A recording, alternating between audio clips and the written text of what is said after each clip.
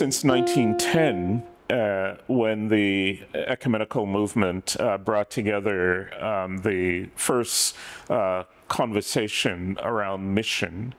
And as the CWME came into effect, the Commission serves the larger ecumenical bodies as a way of helping to shape and articulate both a theology and a praxis of mission. It serves by bringing together theologians, missiologists, practitioners, mission agencies, church leadership together to think through what it means to live into the call of God, what God is up to in the world, and God's mission of reconciliation and healing. It has been, over the years, there have been a number of World Mission conferences that have focused on various themes. The last mission conference was held in Arusha, and the theme of that was transforming discipleship, which has become an invitation to the ecumenical movement to reimagine how it understands the work of mission.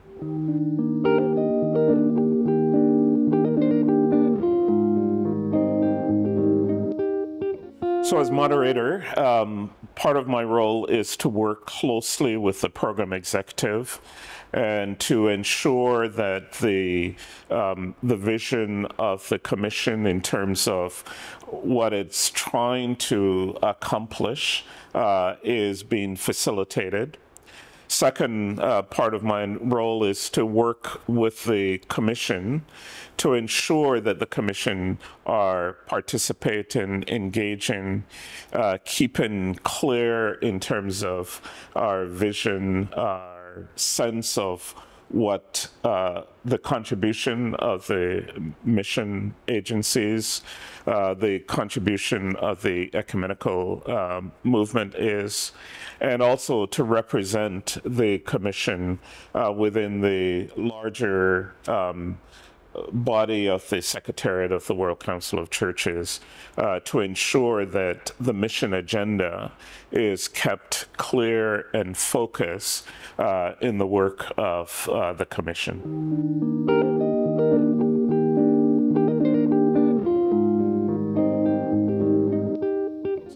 I was born in Jamaica. I grew up in Jamaica. Influenced by missionaries on a number of, both in the church culture in which I was a part of, and also through involvement with InterVarsity in high school. I must confess that I, in some ways, have a bit of an ambivalent understanding or around mission, because as a product of Mission Enterprise, I'm grateful to the missionaries who have came to the island, but also I'm aware as a man of African descent that the Mission Enterprise and the mission's involvement with the colonial project has meant that my experience and the experience of people of African descent have been greatly impacted by the Mission Enterprise. Over the years, as a church minister in a local congregation, mission has been important for my own engagement, but also mission of inviting the communities that I've pastored to engage in the question of what God is doing in the world. And for me, a fundamental piece of that is that question. A number of years ago, I had the privilege of working in an agency that was working with street-involved adults, and in a community that was incredibly influenced by poverty. And that, in some ways, reshifted or shaped my understanding of mission, because it enabled me to begin to ask the question, which certainly comes out of Together Towards Life, TTL, about missions from the margin. And the question of what these folks who live on the street, these folks who live in incredible poverty and marginalization, had to teach me about what it means to be faithful, what it means to attend to issues of poverty, but issues of injustice. And so my sense of mission is not only shaped by this commitment to engaging with God's purposes in the world in terms of evangelism, but my sense of mission is also rooted in a deep sense of justice, what it means to seek justice, what it means to attend to the forces that marginalize, the forces that impact the lives of individuals, people. And so that's a critical part of my understanding of that. Together Towards Life, for me, became a critical turning point in beginning to wrestle with this question of how it is that marginalized communities, or communities that experience marginalization, what it is that they had to teach me about justice, what they had to teach me about God in the world and what God is up to. And so that's a part of my journey to this.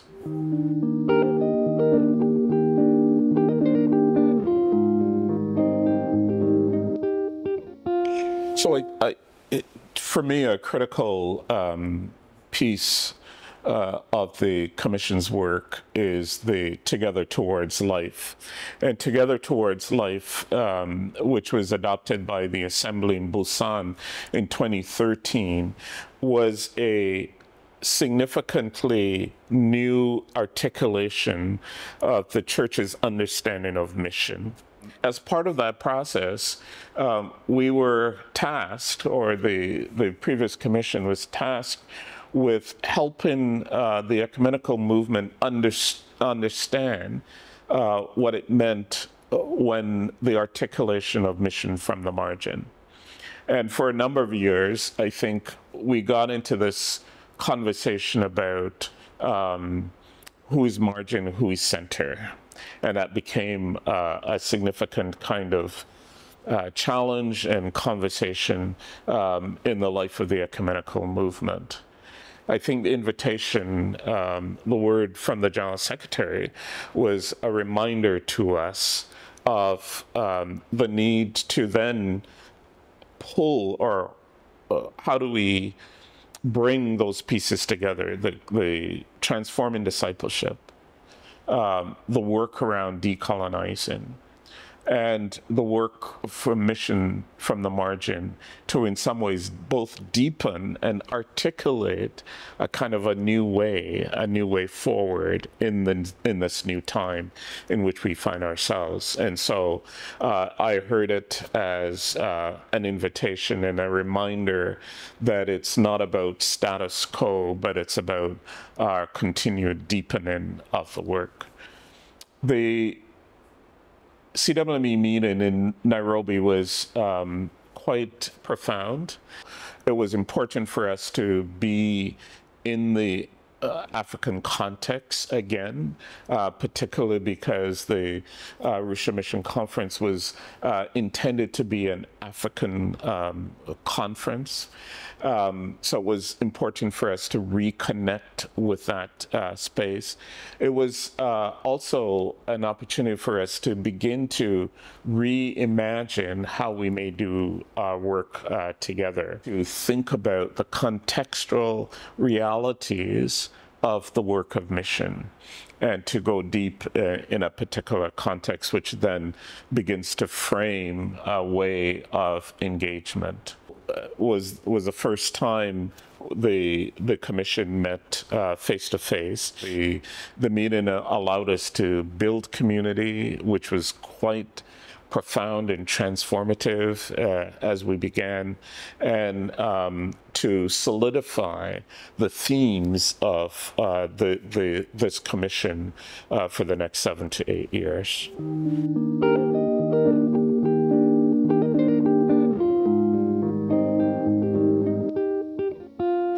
It's important to recognize that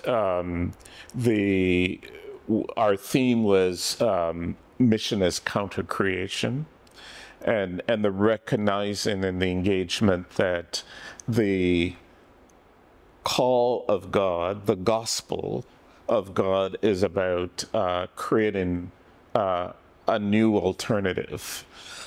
So there are 3 working groups. One working group will deal with evangelism, which is a central part of the commission in terms of understanding, again, this principle of transforming discipleship. In the fact, it's about transforming the concept of discipleship, but it's also that disciples themselves are transformed on this journey. One group will deal with restorative justice, and again, it's to delve into this theme of decolonizing. And so mission, how it is that we decolonize mission, how it is that we are attentive to the questions and issues of reparation, how is it that we actually engage in this, the pilgrimage of justice, reconciliation, and unity. What does that mean for us? And so the second working group will primarily focus as mission as reparative justice.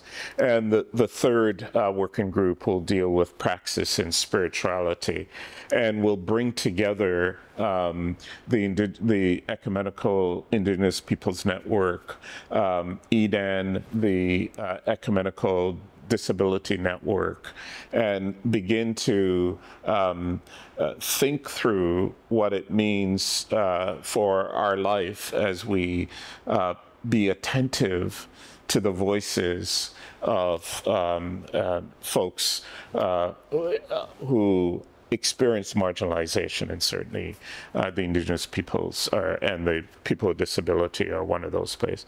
So the overall kind of theme of the work of the commission is this mission as counter-creation, and all these pieces will help us to begin to focus around that theme of counter-creating, reparative justice, evangelism, and praxis and spirituality.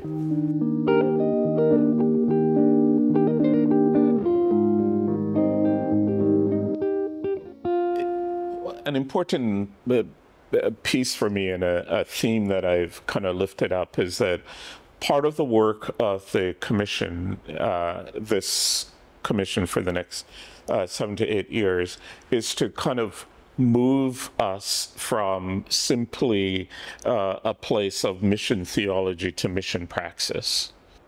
A second expectation or vision is that how the mission praxis will actually reshape the imagination of the ecumenical movement, and in particular the Secretariat. We identify margins, and we paid tribute to margins, but we did not allow ourselves to be transformed by the leadership and the wisdom of folks who experience marginalization. And so my hope is that through the work of the commission, will begin to really transform, because I think the work of the commission has the capacity, or the seeds in it, to actually bring an integration of the work. So I think a third hope is that this conversation of decolonizing can become, in some ways, pedantic. And yet, the reality of the world we live in is that the colonial project needs to be unpacked, and a new vision of what it means to live with justice and equity for all peoples. And so I think the Commission will certainly offer that and invite us into that space, I think. And I think finally, one of the things the Commission is doing is finding new ways to be together. And so one of the things the Commission is certainly doing is trying to imagine new ways of working together. And a couple of examples is, one, in addition to our working groups, we're also meeting online in regional groups. And part of that is to enable people not to be in meetings where it's midnight for somebody and it's 5 o'clock in the morning for somebody else, but that people can function in a time zone that works best for them. Another example of how we're anticipating working is that we, as a commission, don't have to be the group that actually initiates, but we can work to support partners' work. And so, again, that's something we're trying to be able to do, is to connect with partners and to say, how can we work together and harvest together what comes out of that collaboration for the good of the whole. So my hope is that this, certainly this commission will be a transforming commission in the life of the WCC and the ecumenical movement as a whole.